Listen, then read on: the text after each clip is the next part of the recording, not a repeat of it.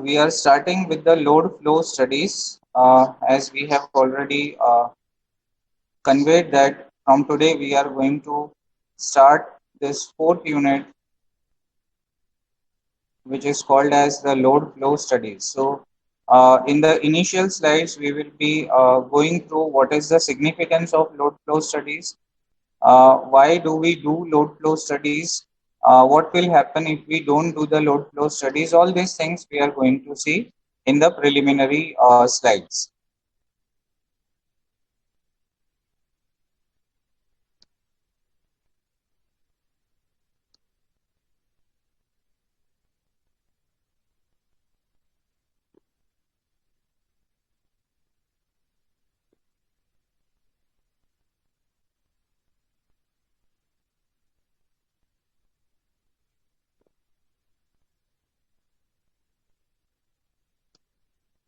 So let us start with it. So the first point that we will study here is about the basic applications of the load flow and its significance in power system operation and control. So the first point that we are considering here is to set the active power generation according to the economic dispatch practice for a given set of active loads at the bus bars and transmission lines. So we have started with the new unit, and this in electrical power system 2 in 7th semester we have studied the concept of the economic load dispatch. So what is the concept of economic load dispatch? The economic load dispatch concept states that if there are number of units in a power plant, what should be the exact amount of the power that a unit should deliver into the grid, that is to be calculated based on the incremental fuel cost of that particular power plant.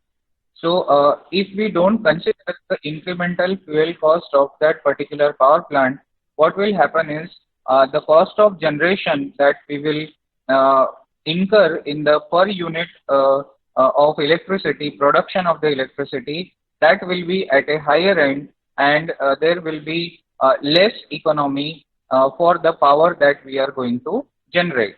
That means whatever amount of power that we will be generating, that amount of power has to be generated in the most economic way. Otherwise, what will happen? Power will be generated, that is not an issue. But this power will not be economic, and the power plant may then run into losses because of the higher cost of generation and many other associated losses in the power plant. So that's why the load flow studies, the first significance of the load flow study is that it is helpful to set the active power generation according to the economic load dispatch practice for a given set of active power loads at the bus bars and transmission lines. So we all know that whenever there is a power plant, there will be a switch yard with the help of which we will be giving the power to the grid. So whenever we give the power to the grid with the help of the switch yards and the substations which are connected, so this grid then have a set of guidelines that what should be the active power loads that should be connected to the grid for the in order to reduce the transmission losses. So this is the first point of the application of the load flow and its significance in the power system operation and control. So what is the first point? First point is that to set the active power generation according to the economic load dispatch practice for a given set of active power loads at the bus bars and the transmission loss. Then to set the reactive power generation and transmission in order to maintain the bus voltage magnitudes close to the rated values. So what do we mean by this? We mean to say this, that the reactive power is generated from the generating stations itself. So this reactive power has to be set a particular limit. Otherwise, what will happen? Otherwise, the reactive power penetration the grid will be very higher, and this is not actually affordable. We want active power, we don't want the reactive power. So reactive power is not desirable in the power system, and this reactive power comes from the generation station itself. So if we do not minimize the reactive power generation at the generation level itself, then this may increase with the increase in the length of the transmission line and the associated parameters which are there in regards to the transmission line. So that's why the second point for the load flow studies and the significance is that it helps to set the reactive power generation and transmission in order to maintain the bus voltage magnitudes close to the rated values. So all these points which we are discussing here are very important. Anything from this can be asked in the multiple choice questionnaires in any form, maybe in fill in the blanks, maybe true or false, or maybe question answer form, anything it can be asked in the multiple choice questionnaire. So you have to note this all points one by one in your copies and note it down whenever it is required. You have to start from this particular points. Then third point is to verify that generators operate within the specified active and reactive power limits. So we have to verify that the generators are working within the operation level of the active power and the reactive power limits. What do we mean by this? We mean to say by this is that we know that the generation level of the power plants are either 6.6 kilovolt or 11 kilovolt. So if it is 6.6 kilovolt, what should be the active power generation? What should be the reactive power generation? That limits are to be set, because we have just now said in the second point that if the reactive power is not limited, or if we are not maintaining the reactive power at the generation level itself, what will happen? It simply it will pass on into the system and it will go on increasing, and the reactive power consumption at the load end will increase. If the reactive power consumption in the load end will increase, it clearly indicates that the number of units or the active power which will be consumed at the load end will also increase. That's why ultimately the kVA rating, that is the kVA rating we have already seen, power factor is equal to kW upon kVA. So if our reactive power consumption is increased, what will happen? This kV, our power factor reduces. Ideally the power factor should be unity, that is PF should be equal to 1, that is cos phi should be equal to 1, but generally it never happens. We don't get the unity power factor. It may be sometimes lagging, it may be sometimes leading. So if it is lagging, then the reactive power consumption is very higher. Most of the times it is lagging only. So if the reactive power consumption is higher, the kVA rating goes on decreasing, and if the kVA rating goes on decreasing, the consumption of the electrical energy at the load end, this will also increase. Ultimately what will happen? The power generation which is done for a specific work, it will not be sufficient, and we have to increase our power capacity continuously. So every time it is not possible for us to increase the power capacity, because you all know that how much time does it require to build a thermal power station. So minimum we require 2 to 3 years, or maybe something requires more than 3 to 4 years also for the construction work and for the various other heavy machineries which are to be installed in a thermal power plant. So whenever there is a requirement of power, we should always check that our kVA level should be maintained. If the kVA levels is maintained, then the consumption of the electrical energy in terms of the electrical units, it will be reduced. Otherwise, if the reactive power in the system increases, what will happen? If the reactive power increases, the active power consumption of the system also increases, And in other words, we can say that the generation which we have done for um, for fulfilling some requirements of the power, it will not be able to fulfill that amount of power. We have to increase our generation, and every time increasing the generation level is beyond our control. So that's why we have to maintain the reactive power generation within its limit, as well as we have to verify that our generators operate within the specified active and reactive power limits. So this is the third point. Fourth point is that we have to verify that the transmission lines and transformers are not overloaded. What do we mean by this? So if the transmission line capacity is, say, carrying the 11 kV voltage, and we are overloading the transmission line by sending excessive amount of the voltage from the sending end itself, then you all have learned various phenomena in the electrical power system 1 as well as 2. So this will make the transmission line overloaded, and the heating parameter will keep goes on increasing, as well as the corona effect will also increase.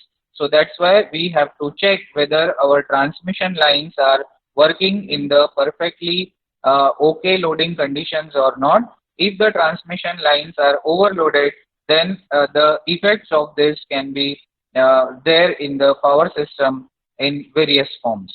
So that's why we have to check whether our transmission lines and the transformers are not overloaded. And this can be done by using the load flow analysis. We will see in this unit how this load flow analysis is helpful for the checking whether the transformer is overloaded or not, whether the transmission line is overloaded or not.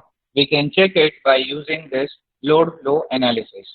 Uh, I request all the students that simultaneously when I am explaining all these points, you should write all these points which is seen by you on the screen. So next point is the study provides the power system planning engineer with the information necessary to bring about changes in generation and transmission system to meet the projected load growth in the future. So what do we mean by this? The meaning of this particular point is that we all know that as the population keeps on increasing, as the population is increasing day by day, year on year, the demand of the power supply will also increase. Why? Because to fulfill the needs of this increasing population, we will require various things, right? We require food, we require clothing, we require shelter, everything will be required for the increasing population. So if the population increases and the townships increases and the um, home that the increased population will make, those are increasing, then ultimately the requirement of the electricity will also increase, right? So there will be increase in the electricity also, electricity demand also. So if we are not increasing our generation capacity and simultaneously the transmission capacity to fulfill the needs of this increasing population, then our existing system, that is the existing generation plants and the existing transmission network, they will be overburdened or they will be overloaded in electrical terms, and we will not be able to fulfill the demands of the increasing population. Why? Because let's say in 2020-21 we have a X amount of population living in our country. After 5 years, let's say 2026, this X will increase. This X will certainly not decrease, but this X amount of population which is there in 2021, this is going to increase after 5 years. So if this population is increasing after 5 years, the requirement of this population in terms of food, shelter, and clothing, this will also increase.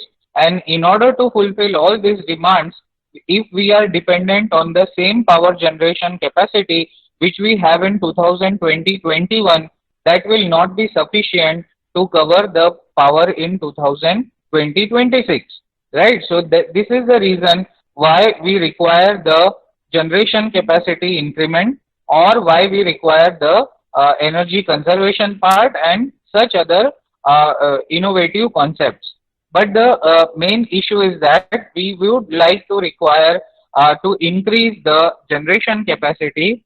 That as soon as the generation capacity will increase, what will happen? We will have to increase our transmission capacity also. Why transmission capacity also? Because the generated power needs to be given to the consumers, or needs to be given to the where there is a demand of this power supply. So if we simply keep on increasing the generation power plant and we don't pay attention to the transmission sector, then what will happen? The existing transmission sector will be overloaded. And if there is a overloaded, we know that there will be various power system failures. There will be increase in the short circuit failures. There will be imbalance in the stability parameters, and ultimately the entire system will collapse.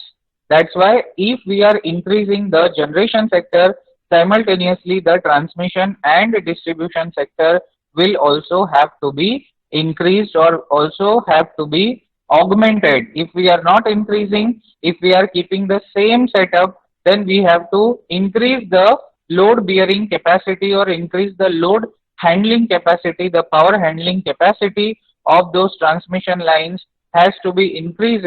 Otherwise, we will not be in a position to supply that much amount of power to the consumer end. So this is what we understand, that this load flow studies will help the power system planning engineers with the information necessary to bring about changes in generation and transmission systems to meet project growth in the future. So this is what we understand by this particular point. Next point, as the study is conducted under steady state conditions of the system, it provides numerical steady state values, initial value at t equal to 0 of the system parameters for solving the differential equations, as in the case of dynamical studies. So we all know that the power system is a dynamic system. The real power system is not a static system, or is not a steady it's never in a steady state condition. Every time it will be in the dynamic condition only. But as we do the studies, we conduct the studies of the power system analysis in the steady state condition. So the problems when we will solve the numerical techniques, when we will solve this differential equations, the differential equations are solved by using the numerical techniques like Gauss-Seidel, Newton-Raphson, such type of techniques will be used. So we take these parameters, it provides the numerical steady state values of the system parameter for solving the differential equations, as in the case of the dynamical studies. Next is the study is useful. The study is useful for finding the optimal size and location of capacitors to maintain the system's voltage profile at acceptable limits. Likewise, it helps other voltage control equipments like shunt reactors and static VAR compensators to be installed at proper bus locations. So if you have noticed the transmission lines, you will come to know that at some distances the capacitor banks are installed. For what these capacitor banks are installed? These capacitor banks are installed to keep the reactive power within its acceptable limits, and to maintain the voltage profile at acceptable limits. Otherwise, what will happen? Otherwise, the entire system will be unbalanced, and the reactive power will increase, and this will reduce the active power transmission from that particular system line. So that's why this study is very much useful for finding the optimal size and location of capacitors to maintain the system voltage profile at acceptable limits. Likewise, it helps other voltage control equipments like shunt reactors and static VAR compensators to be installed at proper bus locations. So that's why this study is very important. The load flow study helps us to know where the capacitor banks are to be installed, what should be the optimal location of this installation of the capacitor banks. Also, some voltage control equipments like shunt reactors and static var compensators. These are also required to be installed at appropriate locations in the system. So power system or the load flow study helps us to know the exact location where these all devices have to be installed. So this slide was very important for all of us, because in this slide we have come to know that why we need to study the power load flow studies. What is the requirement of the load flow studies to be understood by the power system engineers? Now let us start with our exact systems, what the system will be, or let us start with understanding the load flow studies in its true sense. So let us start with by understanding this particular uh, four bus system. So please note this systems. So here we have considered a four bus system. So this is bus number one, this is bus number two, this is bus number three, and this is bus number four. So let us explain each and every parts of this system. So when you will see here, you will see that some arrows are pointing towards the buses and some arrows are pointing outside the buses. So the arrows which are pointing towards the bus, this indicates that there is a power injection, and the arrows which are coming out of these buses, this indicates that there is a power extraction. That means injection means the generators are generating the power and injecting that power to that particular bus to which it is connected. Like for example, if you take this generator G1, so this generator G1 is generating a complex power SG1, and it is injecting this power into this bus 1, right? Similarly, if you will see bus 2, here also there is one generator SG2 is the complex power which is being injected to this bus 2. Similarly, if you will see bus number 4, again there is a generator, and again there is a generation which is injected into this bus number 4. The complex power SG4 is injected into this bus number 4. These are the generation points, and the generation points are denoted by the arrow which is injecting towards the buses. Now let us come to the arrows which are coming out of the buses. So the outward going arrows from the buses indicates that there are some demands which that bus has to supply. So you can see I have written here demand, and this inward coming arrow I have given as generation, and these are the buses. The dark lines which you can see here, horizontal bars, those are the buses, and this is the interconnection between the buses. So bus number 1 is connected to bus number 2, bus number 2 is connected to bus number 4, bus number 3 is connected to bus number 4, and bus number 1 is connected to bus number 3. So these are the interconnections which is shown in this particular diagram. Now the outward going arrow, these are the demands for that particular power system network.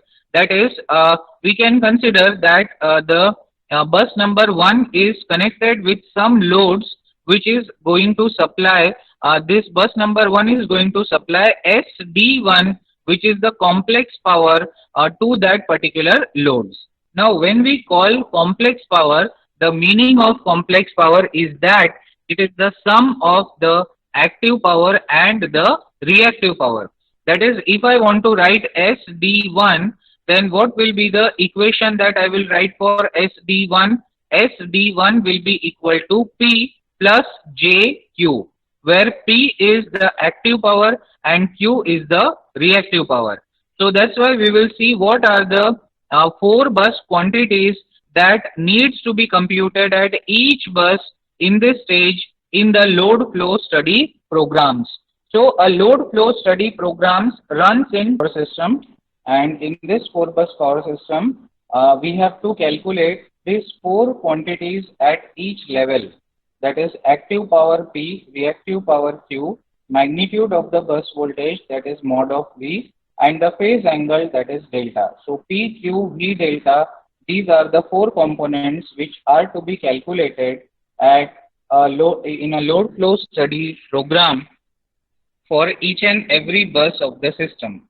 So, for simplicity, we have taken a 4 bus power system here. However, we know that in a real power system or in the actual power system, 4 buses may not be there. There may be many number of buses. So for all these buses, we need to calculate P, Q, V and delta.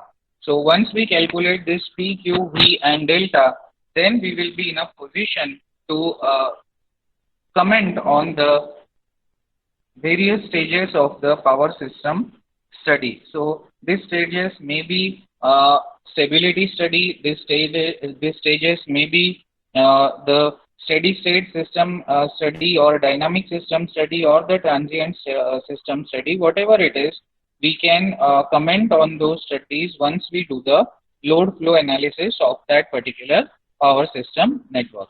So this is what is done in the first stage.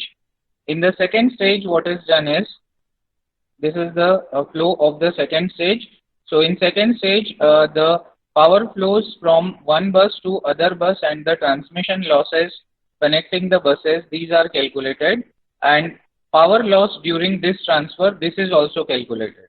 So this is what we do in the load flow studies.